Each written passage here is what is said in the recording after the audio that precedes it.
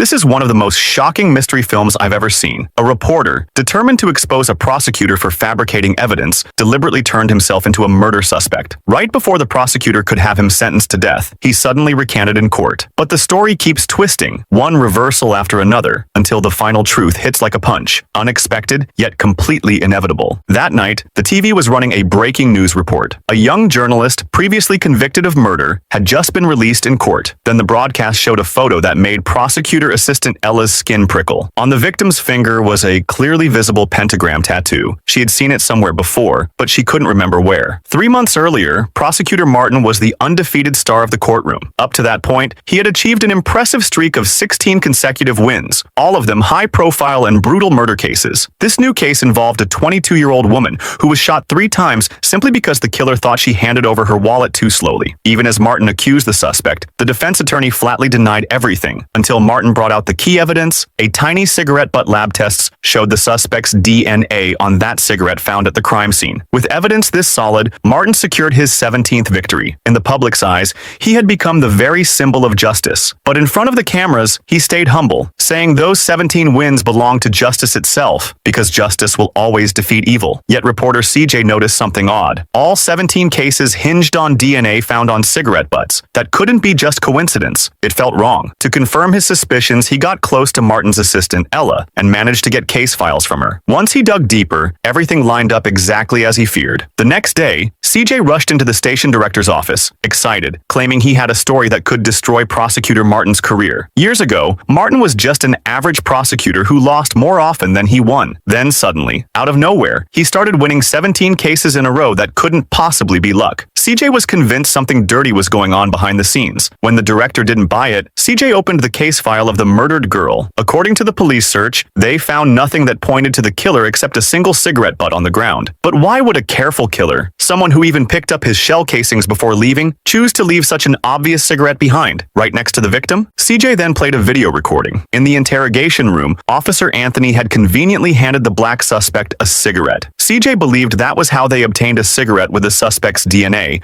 and Officer Anthony happened to be Martin's partner in all 17 cases. CJ was certain Anthony planted those DNA-loaded cigarette butts at every crime scene, which was how each suspect ended up convicted. But the director still wasn't convinced. He pointed out that the crime scene photos were taken the day the murder was discovered, while Officer Anthony didn't interrogate the suspect until 3 days later. If that cigarette butt were planted, how could Anthony possibly place it at the crime scene before the photos were taken? What did CJ expect him to do? Travel back in time 3 days? CJ froze. He had no answer. After getting scolded, he walked out of the office. But he didn't give up. He'd always dreamed of breaking a story big enough to change his entire career. And now, he was already forming a desperate, all-or-nothing plan. He couldn't tell anyone, not even Ella, the woman he had just started dating. They hadn't known each other long, but she was already completely drawn to him. In the beginning, CJ was just an unknown small-time reporter. 6 months earlier, his job was still covering elephants at the zoo, until he got the chance to interview a girl named Taisha. This poor 15-year-old had been assaulted by her stepfather and ended up pregnant, and her mother threw her out into the freezing winter. Out in the snow with nowhere to go, Taisha survived only by selling her body. After her baby died,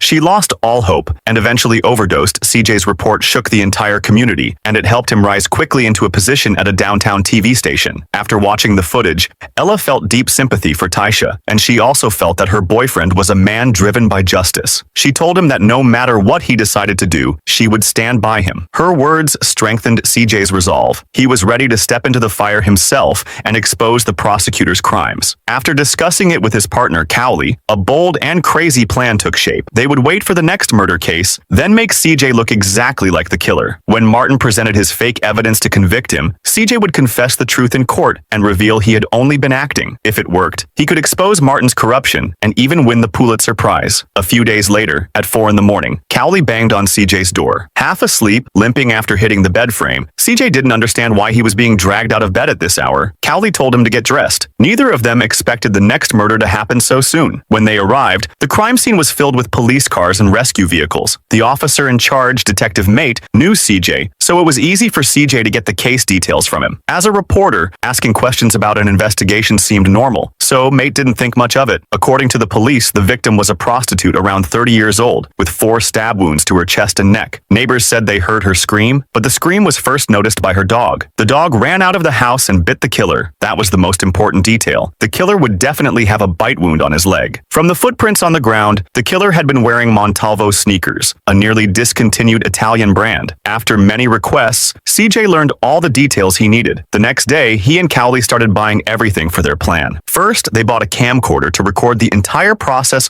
of creating the fake evidence. Once Martin showed his forged evidence in court, CJ could use that video to clear himself. They bought a switchblade, pepper spray, dark clothes, and a mask, the same type worn by the real killer. The hardest part, the rare Montalvo sneakers, could still be bought secondhand online. After gathering everything, only one key detail remained, the bite wound on the killer's leg. So they went to an animal rescue center and adopted the same breed of dog. Notice this detail. After completing each step, they held up that morning's newspaper and took a photo with whoever helped them. That newspaper had just been printed that day, proving everything they did happened after the murder. Back home, CJ teased the dog non-stop until it finally bit him. But the moment the dog bit him happened off camera. That night, CJ put on the prepared clothes and shoes and went to the outskirts of town, reenacting the killer's actions. The victim had sprayed the attacker with pepper spray before she died, so he had to include that detail too. Cowley recorded everything. Once the preparations were done, CJ drank a bottle of alcohol in his car, then slammed the gas pedal to get the attention of a passing patrol car. He was taken to the station, where Detective Mate noticed CJ's Montalvo sneakers. The rare brand sparked immediate suspicion. CJ was released on bail,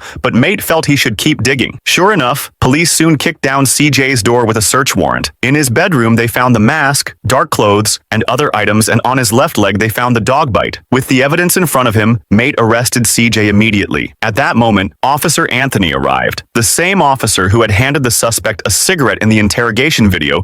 CJ knew Anthony was Martin's partner. Whenever a suspect was arrested, Anthony grabbed the case for himself so he and Martin could set up their tricks. Using his position, Anthony took CJ from Mate. Once CJ was locked up as a suspect, Ella visited him. He told her not to get involved and said he would find a way to fix everything. He only wanted her to believe he was innocent. A week later, the murder trial finally began. Only CJ and Cowley knew he wasn't the real killer. Before the hearing, CJ reminded Cowley repeatedly to wait until Martin presented the fake evidence. Only then should he bring out the video that would prove CJ's innocence. If they acted too early, everything they did would be ruined. Their plan was hidden well, so well that even CJ's lawyer had no idea. When the trial started, Martin first called the eyewitness. The witness said he didn't see the killer's face, but his dog had bitten the attacker's left calf, which was crucial for Martin's case. Then the medical examiner testified. Based on the wounds, the killer used a small knife. Comparing that with the knife found in CJ's home, the examiner felt it matched the type used in the attack. There was no blood on it, but that could mean CJ cleaned it. CJ's lawyer questioned this, saying even the examiner couldn't be certain it was the actual murder weapon. Next, Martin presented the Montalvo sneakers and the ski mask. The shoe size matched the footprints at the crime scene, and the mask carried traces of pepper spray. The most significant detail was the bite wound on CJ's leg, which matched the witness's description. CJ's lawyer stood up again and argued that Montalvo sneakers were rare, but not unique. Ski masks were everywhere, and CJ owned a dog of the same breed.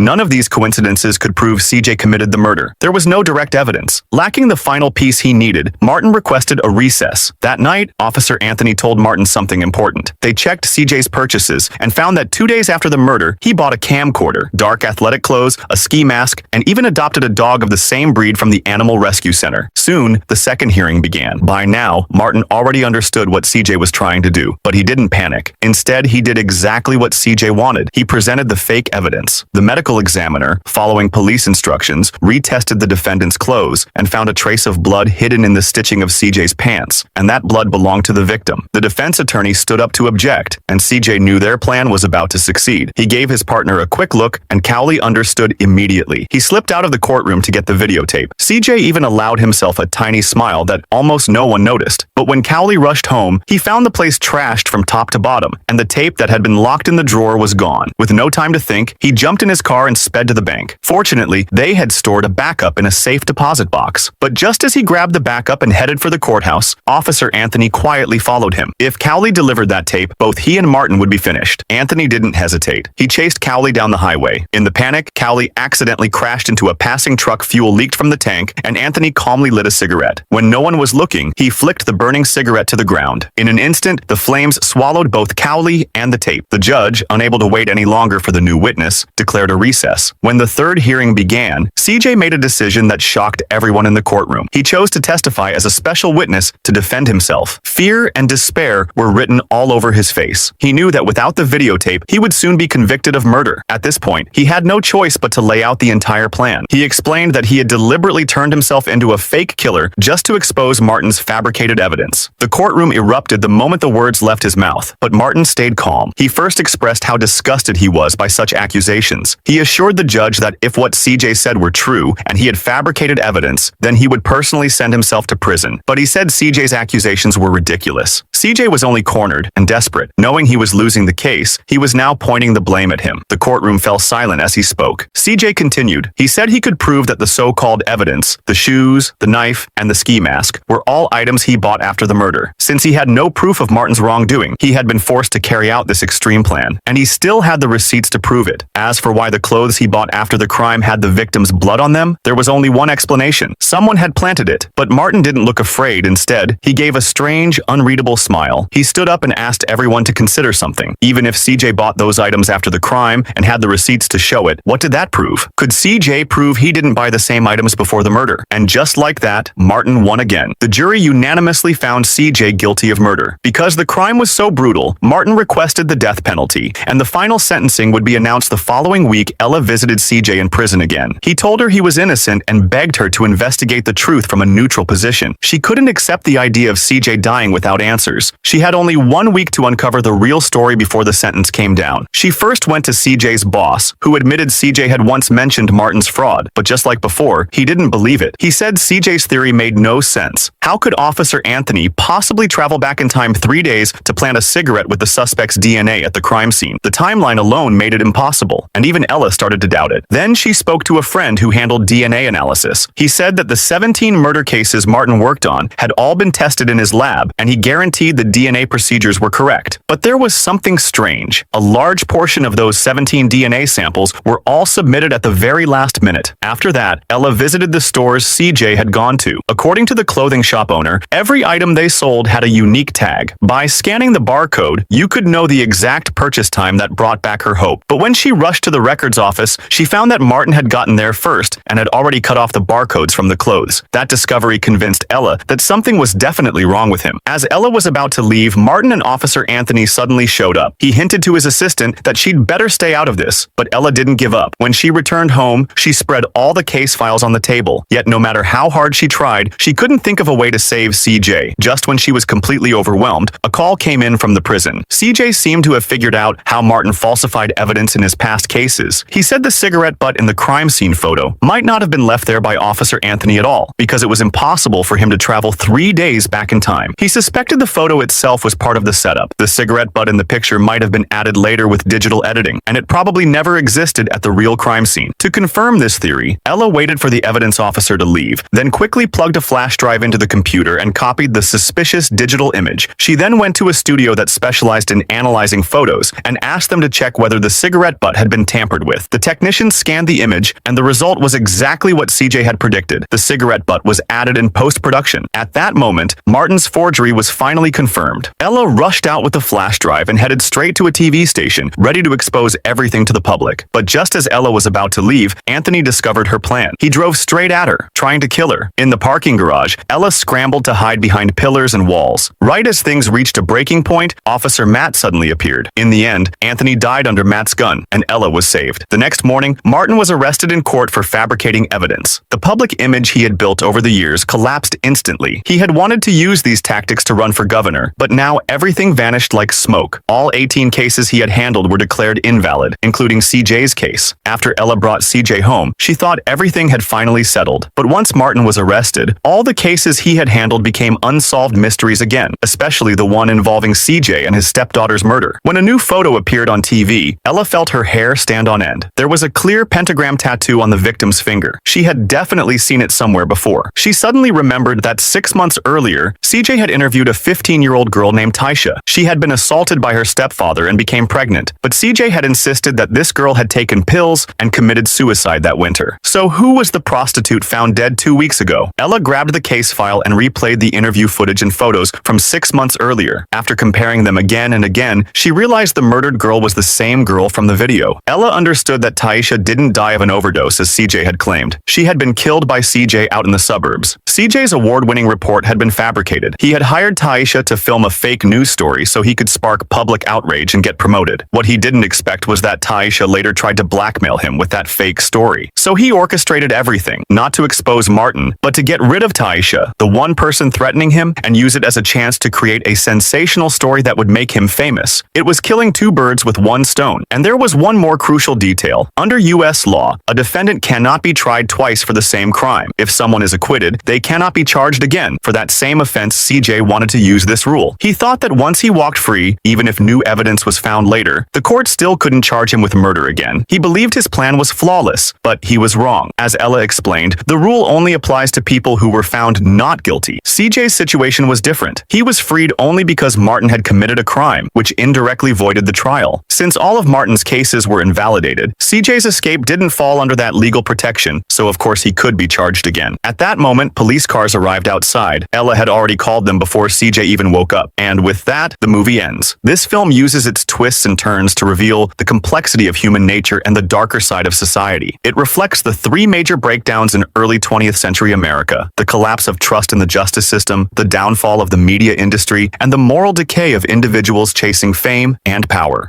John is willing to do anything for ambition, even becoming a killer. Mark falsifies evidence for political gain, trampling justice. Ella, as an assistant prosecutor, sends both her boss and the man she once trusted to prison in the name of justice. When justice becomes a disguise for conspiracy and truth is buried under layers of lies, how do we continue to search for what is truly right and real?